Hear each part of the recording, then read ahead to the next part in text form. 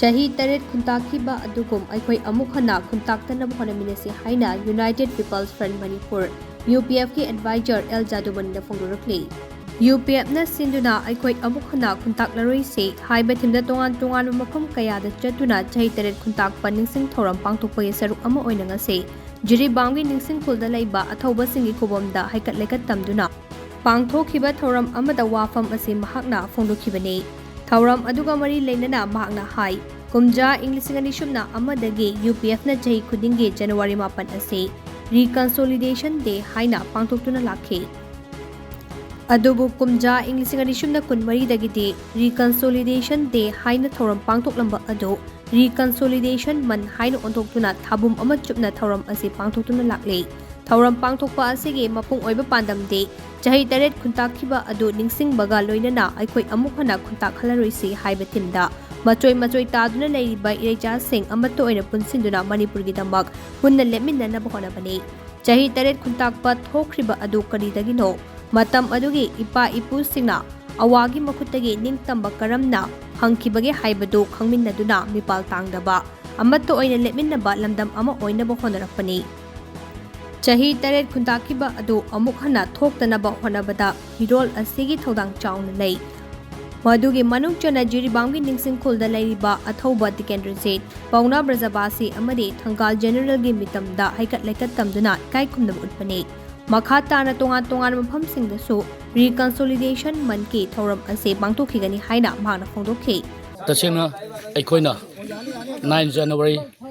ining thau gambir singna leikhidaba numit Maki death anniversary asi 2001 dagi United People's Front Manipur UPF na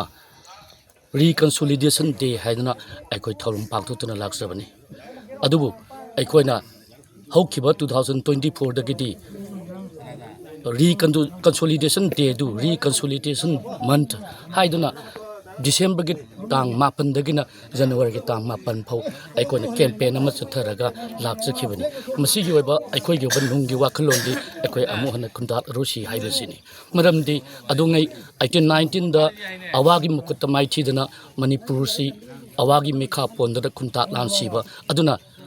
1826 fawda hariba 1819 to 1826 ki sahi tare ke period asibu aikoi na Manipur gi itihas da ngasi phawda sahi tare khuntak ba haina akona khangnaduna lai 7 years devastation na akoi khangnaduna leiri asigumba matamduda thokhiba kanjai pujai taba kangkhun pabu mutke tawruba Manipur singi aduba tamthiba aduba phibam mado Manipur da akoi amuk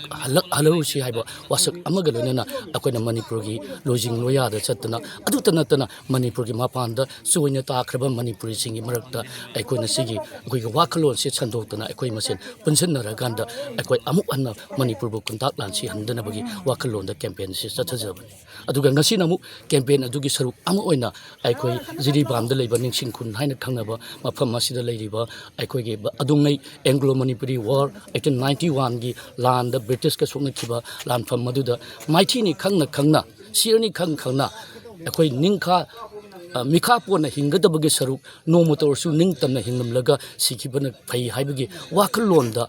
aikoi thauna leina lan thengna khiba adugum athawasing ipu thangal Zubras Dikendrojit amadi Pauna Brajabasi hariba athawbasing asigi mitamda aikoi leisu katana aikoi gi campaign adugi sarak amoina mafam asida laksabani thank you